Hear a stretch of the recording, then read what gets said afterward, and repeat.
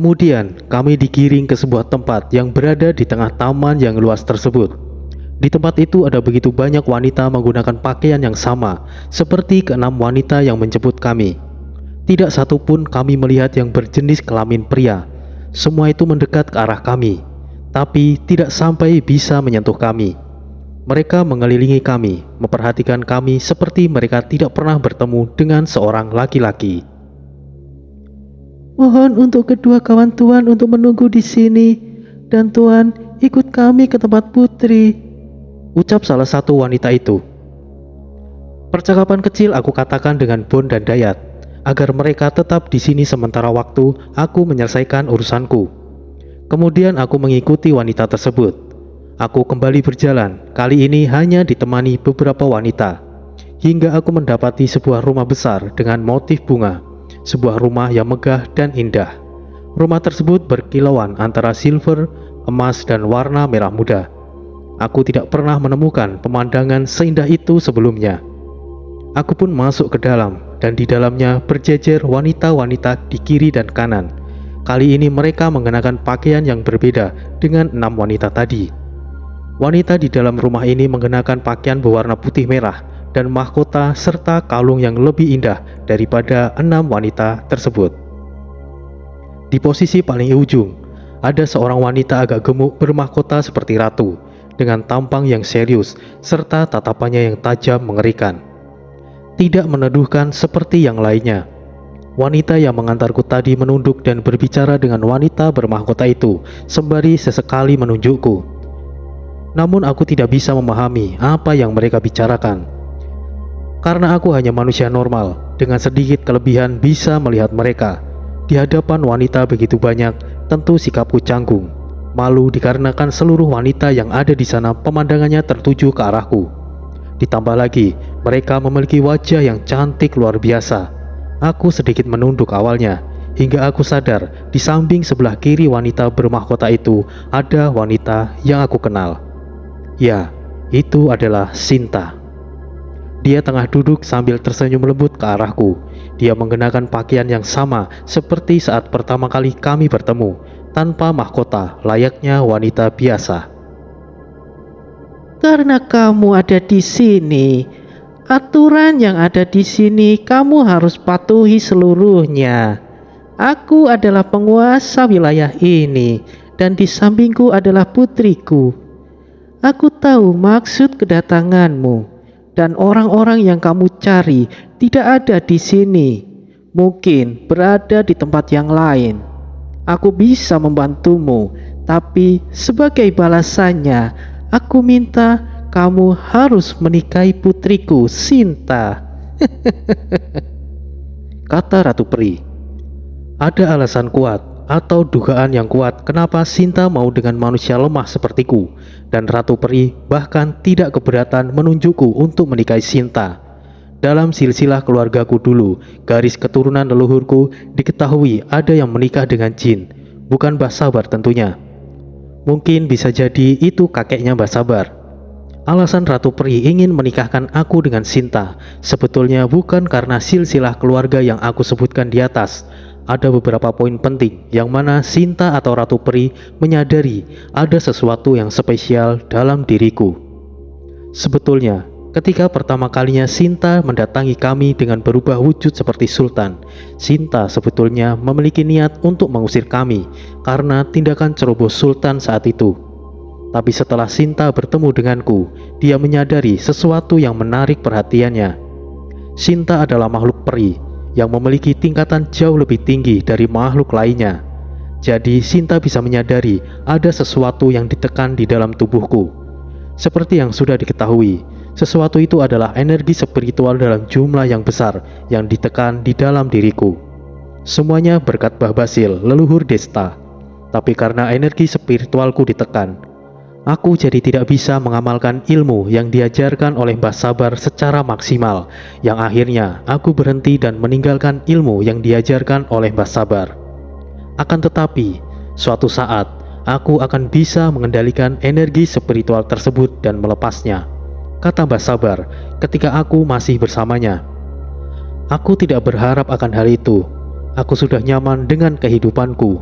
pekerjaanku, dan aktivitasku seperti manusia pada umumnya.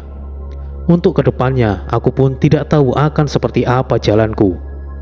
Setelah berhadapan dengan Sinta dan ibunya, percakapan antara aku dan Ibunda Sinta berlangsung singkat.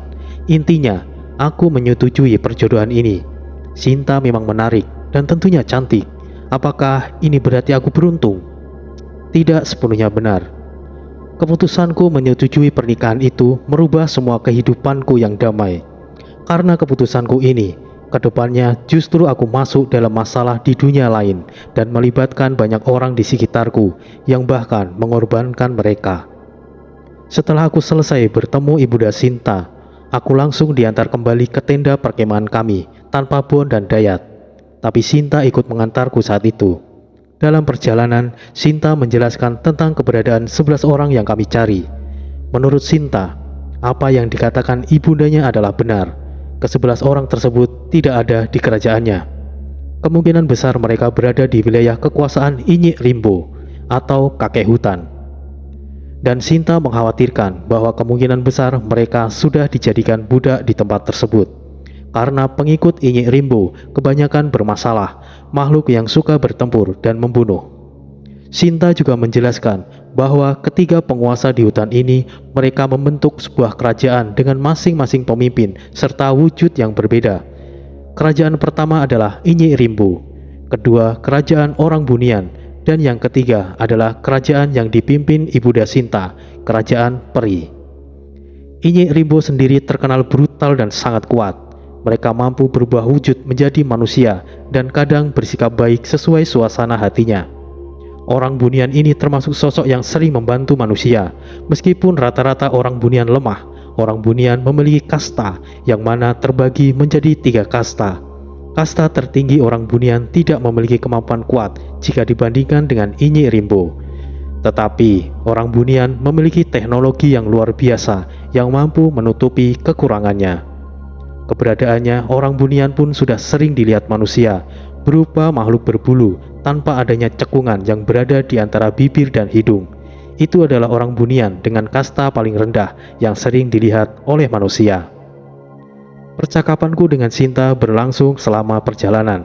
Aku mendapatkan banyak informasi baru yang tidak aku ketahui sebelumnya.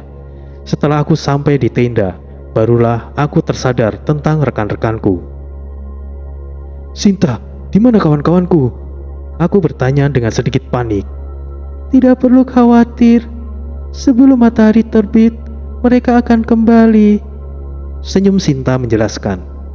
Sesaat sebelum aku meninggalkan kerajaan Sinta, ada beberapa persyaratan yang diberikan kepadaku untuk menikahi Sinta. Namun aku tidak bisa sebutkan di sini. Sinta tidak langsung pergi. Kami sempat mengobrol berdua.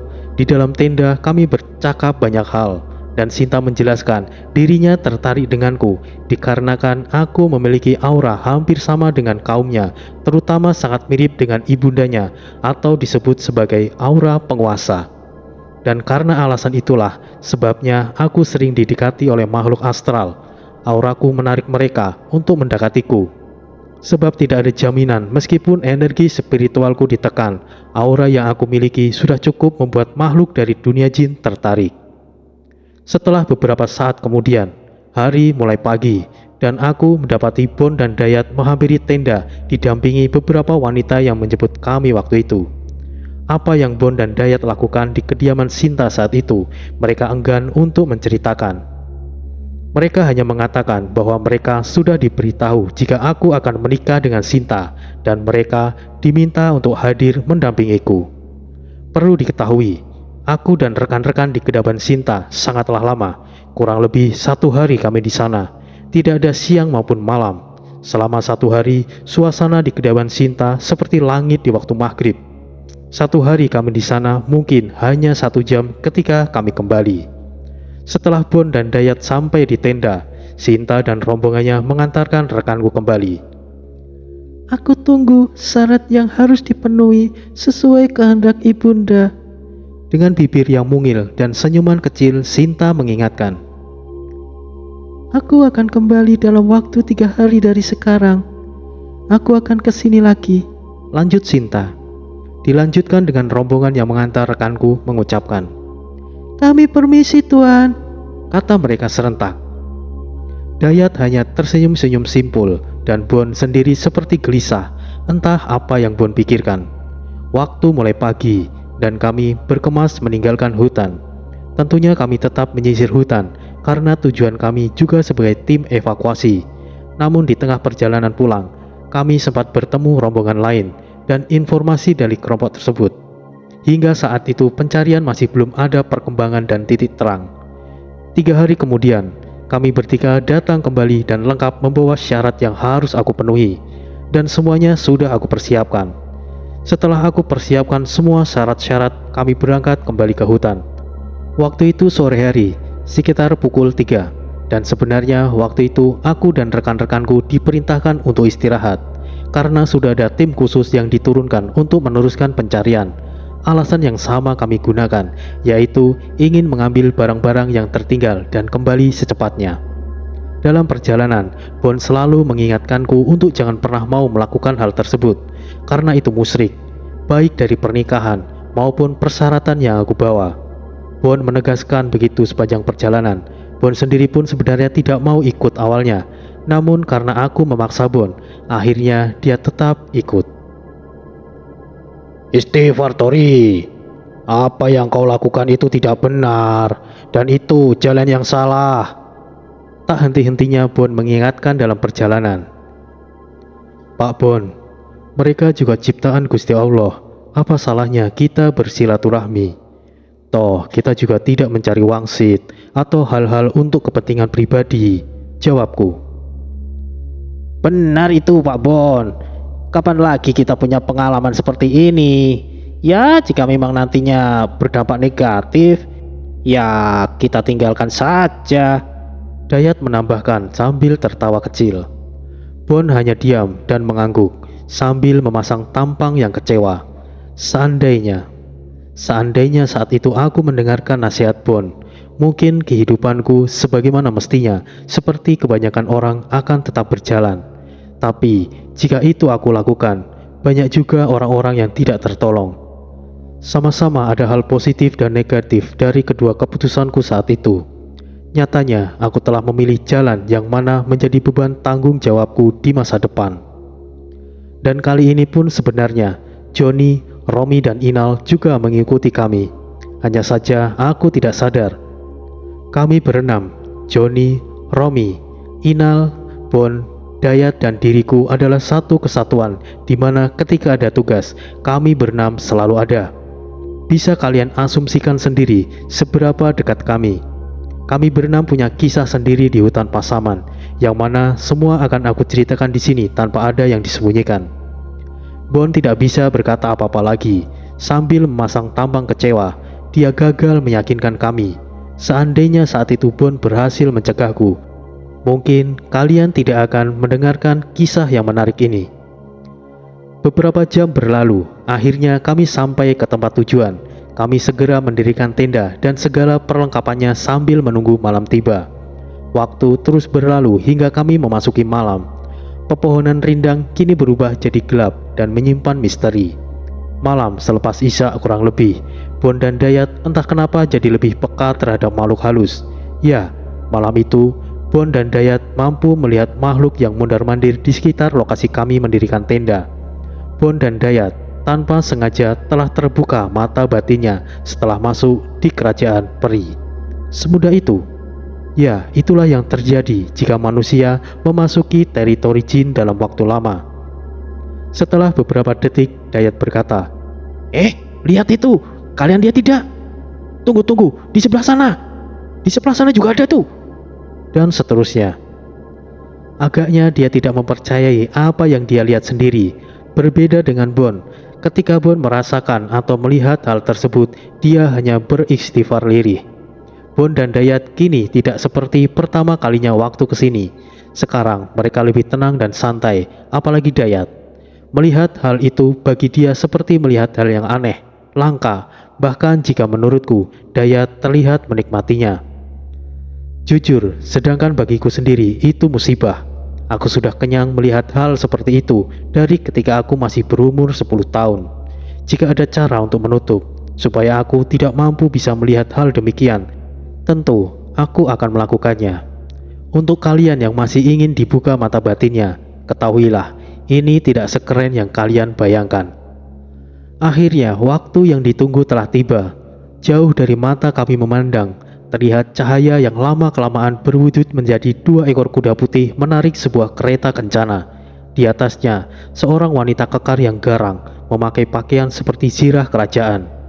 Kereta kencana yang ditarik kuda itu mendekati kami. Hingga aku sadar bahwa kuda yang menariknya berukuran tidak wajar. Tubuhnya tinggi sebesar seekor gajah, dan kereta kencana yang ditarik berhiaskan motif indah berwarna emas, merah, dan putih. Ketika wanita kekar tersebut turun dari kereta, aku tiba-tiba merasakan kantuk tak tertahankan. Aku mencoba menahannya, namun aku tidak mampu. Tak lama kemudian, aku kehilangan kesadaran. Hal yang sama juga terjadi pada Bon dan Dayat. Ketika aku tertidur, ini adalah proses meraga sukma.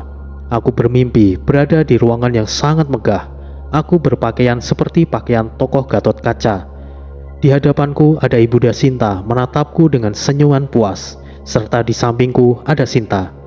Saat itu aku mampu menyentuh tangannya yang mungil dan lembut, seperti bukan mimpi atau menembus. Kali ini aku benar-benar merasakan menyentuh tangannya. Ibunda Sinta kemudian berbicara sesuatu yang tidak dapat aku pahami seluruhnya, namun aku tahu intinya. Intinya hari itu aku resmi menikahi Sinta. Setelah panjang lebar penjelasan dan kata-kata sambutan, aku berpindah duduk di samping kanan Ibunda Sinta. Pastinya ada Sinta di sebelahku. Dan kurang lebih 3 langkah dari tempat aku duduk, ada Bon dan Dayat duduk layaknya tamu kehormatan. Mereka tidak berpakaian sepertiku. Mereka berpakaian biasa, namun mereka dikelilingi para wanita yang cantik. Dayat tampak sumringah, sedangkan Bon memasang muka yang serius, seolah tidak menggubris wanita yang mengelilinginya. Di ruangan yang luas dan indah tersebut, ada banyak sekali wanita dengan baju yang beraneka warna, mulai dari merah, putih, hijau, kuning, dan lain sebagainya. Semua duduk dengan rapi dan teratur berdasarkan warna baju mereka, dan di setiap kelompok wanita tersebut berdiri seorang pengawal wanita. Tentu tiap pengawal berbeda penampilan berdasarkan kelompok yang dia kawal. Dan selayaknya acara pernikahan pada umumnya, di sana juga disuguhkan makanan dan minuman, namun aku tidak merasakan rasa apapun ketika aku mencobanya. Pesta itu berjalan lama, ada yang menari, dan ada yang datang sekedar berikan ucapan selamat. Hingga akhirnya Ibunda Sinta memberikan kami kode untuk menuju ke sebuah ruangan. Ibunda Sinta mempersilahkan aku dan Sinta untuk menuju ke sebuah ruangan. Kami berjalan ke sana diiringi beberapa wanita menyertai kami. Ketika aku masuk ruangan tersebut, aku mendapati ruangan itu dipenuhi bunga warna-warni yang berserakan di lantai, dan tampak ranjang yang tertutup tirai putih kemerahan. Setelah itu, aku dan Sinta masuk. Para wanita yang mengantar tadi lantas pergi sembari menutup pintu, meninggalkan kami berdua saja di dalam. Setelah ini, aku akan mengantar ke tempat orang yang kamu cari. Akan sangat beresiko memang, tapi karena aku sudah menjadi istrimu, kamu tidak perlu khawatir, Sinta mengatakan sambil tersenyum manis sembari melangkah dan duduk di ranjang. Aku mulai ragu saat itu. Apa ini mimpi? Atau semuanya ini nyata? Tidak, aku tidak mampu membedakannya. Aku berkata dalam hati, tanpa aku mengucapkan kata-kataku. Sinta menjawab seperti mampu membaca isi hatiku. Kamu tidaklah bermimpi. Kamu hanya melepas ragamu sekarang. Dan kamu juga tidak perlu khawatir. Ragamu dan rekan-rekanmu sekarang aman. Karena dengan begitu, kamu mampu menyentuhku. Sambil tersenyum kecil dia mengatakan, jika kalian bisa bayangkan, suasana di ruangan tersebut sangatlah kaku. Penyebab utamanya adalah kecanggunganku. Bagaimana tidak? Aku di sana hanya berdua dengan Sinta. Mau bagaimanapun, aku tetap menyadari bahwa Sinta itu bukan manusia, mau secantik apapun sosoknya. Aku masih berdiri dengan rasa kebingungan dan canggung serta keraguan. Sinta tentunya menyadari sikapku. Kemudian Sinta berdiri, tidak melayang lagi, mungkin karena di alam mereka. sambil berjalan pelan ke samping dan mundar-mandir di depanku, dibarengi sambil bergumam. Aku paham banyak keraguan dalam dirimu. Kamu pun belum sepenuhnya mengenalku dan sosok asliku. Kamu berbeda dengan salah satu temanmu itu. Kamu tidak mudah tergoda dengan keindahan. Sekarang, aku akan perlihatkan wujud asliku. Tapi, aku punya satu syarat. Maukah kamu menerima syarat itu? Kata Sinta. Apapun syaratmu, tentunya pilihanku hanya iya. Jika memang dari awal aku punya pilihan untuk memilih, tentu aku tidak secepat ini berada di sini. Karena aku yakin, jika aku menolak penawaran ibundamu saat itu, aku tidak akan pernah bisa lagi pergi dari sini. Sekarang, kamu adalah istriku. Aku pun tahu syarat dan pantangannya. Kamu menyadari tentunya, jika anggota keluargaku ada yang memiliki istri gaib juga. Katakan saja satu syarat kamu itu. Aku ingin mendengarnya. Kataku dengan jelas. Kamu memang cerdas, hati-hati, dan mampu membaca situasi. Tapi, kamu memang menerimaku sungguh-sungguh, aku tahu itu. Maka, untuk menghilangkan keraguanmu, aku akan perlihatkan wujudku sesungguhnya. Dan syaratnya adalah, setelah kamu melihatnya, aku akan terus mengikutimu kemanapun kamu pergi. Kata Sinta tegas. Aku hanya mengangguk dan bersiap untuk melihat apapun itu.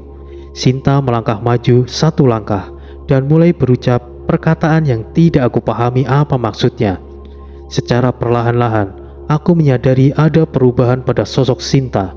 Mulai dari tangannya yang kecil dan lentik, mulai berubah menghitam dan keluar kuku yang panjang.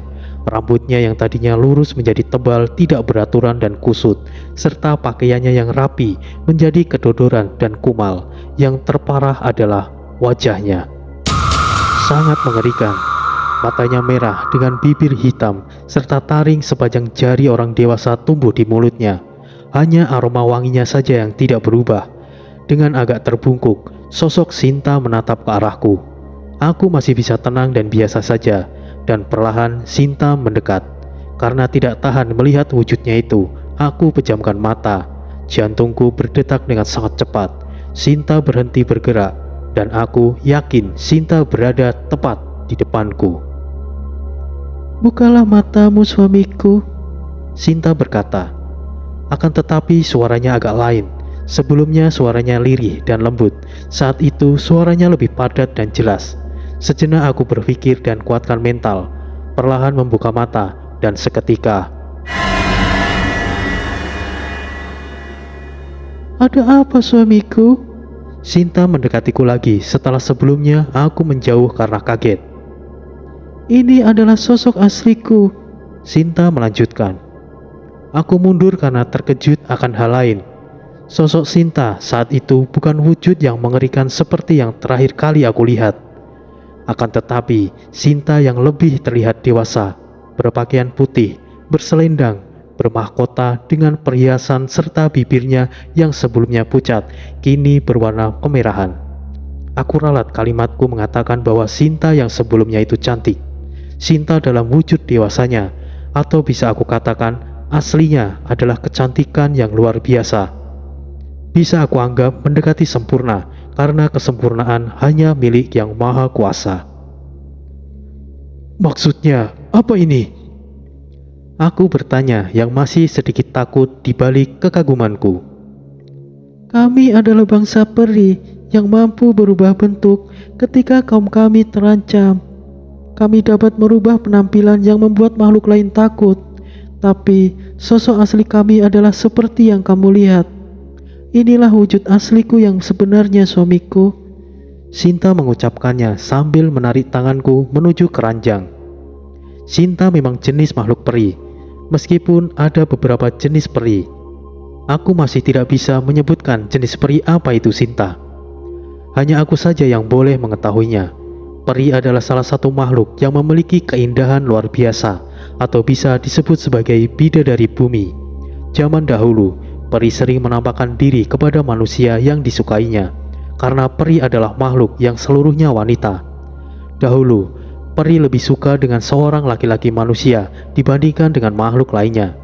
Di samping manusia adalah makhluk paling sempurna, manusia lebih mudah dikontrol atau dimanipulasi oleh peri. Akan tetapi, semakin perkembangan zaman, manusia semakin memiliki kecerdasan luar biasa. Peri tidak lagi bisa memanipulasi manusia. Akhirnya, ada sebuah kesepakatan antara manusia dan peri untuk menjalin kontrak pernikahan. Semakin maju lagi perkembangan zaman, dengan kecerdasan manusia, nenek moyang kita mampu menguasai segala ilmu yang dimiliki bangsa jin. Manusia tidak bisa lagi diremehkan. Akan tetapi, karena sifat tamak dan dendam manusia, mereka mulai mengingkari perjanjian kontrak pernikahan, sehingga peri menjadi budak manusia saat itu. Sejak saat itu, peri mulai menutup diri karena manusia saat itu rata-rata memiliki kemampuan kuat yang mana peri tidak bisa menandinginya. Meskipun awalnya bangsa perilah yang pertama kali memperbudak manusia, itu menjadi karma bagi bangsa peri sendiri. Hingga sampai saat ini, peri tidak lagi berhubungan dengan manusia. Meskipun ada, kebanyakan peri memiliki niat jahat. Mungkin keberuntungan bagiku bisa mengendalikan Sinta dan bukan sebaliknya. Duduklah suamiku. Pinta Sinta tersenyum sambil duduk di ranjang. Aku kemudian duduk sambil melihatnya dalam keadaan takjub akan kecantikannya, dan Sinta menyusul duduk tepat di sampingku. Kamu sudah melihat wujud asliku suamiku dan menerima semua syaratnya. Dan sekarang aku adalah istrimu. Silahkan. Apa yang ingin kamu lakukan kepadaku, dengan senang hati aku akan menurutinya, kata Sinta menggoda dengan tatapan indahnya.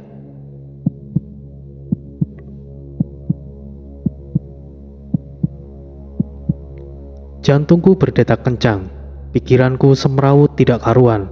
Bagaimana tidak? Saat itu di sampingku adalah wanita yang super cantik duduk di ranjang yang sama, dan statusnya istriku juga. Aku tidak munafik. Aku lelaki normal. Melihat kecantikan dan keadaan seperti itu membuatku melupakan fakta bahwa Sinta sebetulnya bukanlah manusia. Aku memandangi Sinta seperti kucing melihat ikan yang siap untuk menerkam. Sinta pun membalas pandangan. Raut wajahnya memberikan sinyal bahwa dia pun menginginkannya. Aku mulai mendekatkan diri lebih dekat. Wajah kami saling berdekatan hanya beberapa sentimeter hingga aku merasakan hembusan nafasnya. Kami terus mendekat dan terjadilah yang seharusnya terjadi. Tidak banyak lagi kalimat yang saling kami tanyakan. Waktu kami habiskan dengan saling memberikan kasih sayang, cinta, dan kebahagiaan. Aku tidak ingat berapa lamanya kami berada di ruangan tersebut. Yang aku ingat kami melakukannya berkali-kali. Anehnya, aku sama sekali tidak merasakan lelah. Ada beberapa kemungkinan bagi peri bisa hamil dan melahirkan anak manusia. Hal itu terjadi jika manusia menyentuh secara fisik, bukan secara gaib. Dan biasanya jika manusia berhubungan secara fisik dengan peri, ada dampaknya buruk yang terjadi kepada manusia itu sendiri. Bisa terkena gangguan jiwa, terkontaminasi energi negatif berlebihan, sehingga menjadi manusia itu sendiri seperti siluman dan bahkan berujung kematian. Lalu, yang terjadi denganku di atas bukan terjadi secara fisik, melainkan secara gaib, karena saat itu diriku dalam keadaan meraga sukma. Akan tetapi, meskipun dalam keadaan meraga sukma, bukan berarti tidak bisa merasakan. Ada tingkatan tertentu seseorang bisa merasakan, mencium, bahkan menyentuh sesuatu saat dalam keadaan meraga sukma. Tentunya, prosesnya akan sangat panjang jika tidak dibantu oleh ahlinya. Ada tahapan panjang untuk melaluinya. Seperti awalnya, harus buka mata batin. Buka mata batin sendiri ada tingkatannya. Jika tidak salah, ada 7 tingkat. Setelah menguasai tingkat ke-7, barulah seseorang bisa dengan mudah meraga sukma. Dan meraga sukma sendiri memiliki tingkatan 7 atau mungkin 10 tingkat. Untuk bisa merasakan, mencium, dan menyentuh, seseorang harus sampai di tingkat akhir dalam meraga sukma. Waktu terus berjalan dan kami akhirnya menyudahinya. Kami keluar dari ruangan tersebut. Ketika kami membuka pintu, Ada dua sosok wanita kekar bersenjata pedang dan pakaian kerajaan berdiri membelakangi pintu. Ketika melihat kami, penjaga pintu tersebut langsung berjongkok hormat. Kemudian kami berjalan keluar sambil bergandengan menuju ruangan utama, tempat perjamuan sebelumnya. Awalnya, aku mengira Sinta dan seluruh peri di kerajaan memiliki kepercayaan yang sama dengan wanita yang dulu menjemput kami. Yang menjemput kami dulu adalah sosok peri muslim yang diperistri oleh tokoh agama di Minang. Jadi, peri di kerajaan peri memiliki kepercayaan yang berbeda-beda. Ratu peri tidak melarang kaumnya untuk memeluk kepercayaan yang mereka yakini. Dalam perjalanan ke ruang utama, para penjaga yang kami temui seketika berjongkok hormat. Sesaat kemudian, kami di tempat utama. Suasana masih ramai, pesta masih berlangsung. Ketika kedatangan kami disadari oleh seisi ruangan, semuanya berhenti menari, bercengkrama, dan lain-lain. Seluruh wanita yang ada di situ memberikan hormat dengan gaya masing-masing, menunduk, berjongkok, dan lain sebagainya. Baru pertama kalinya aku merasakan penghormatan yang sedemikian rupa. Kemudian di ruangan itu, Ibunda Sinta berdiri dari singgasananya dan berjalan ke arah kami, diikuti oleh keempat pengawal berjubah merah dengan wajah tertutup dan hanya sebagian matanya saja yang terlihat. Ibunda Sinta berkata dengan ucapan yang tidak aku pahami sambil mempersilahkan kami duduk di sebelah singgasananya.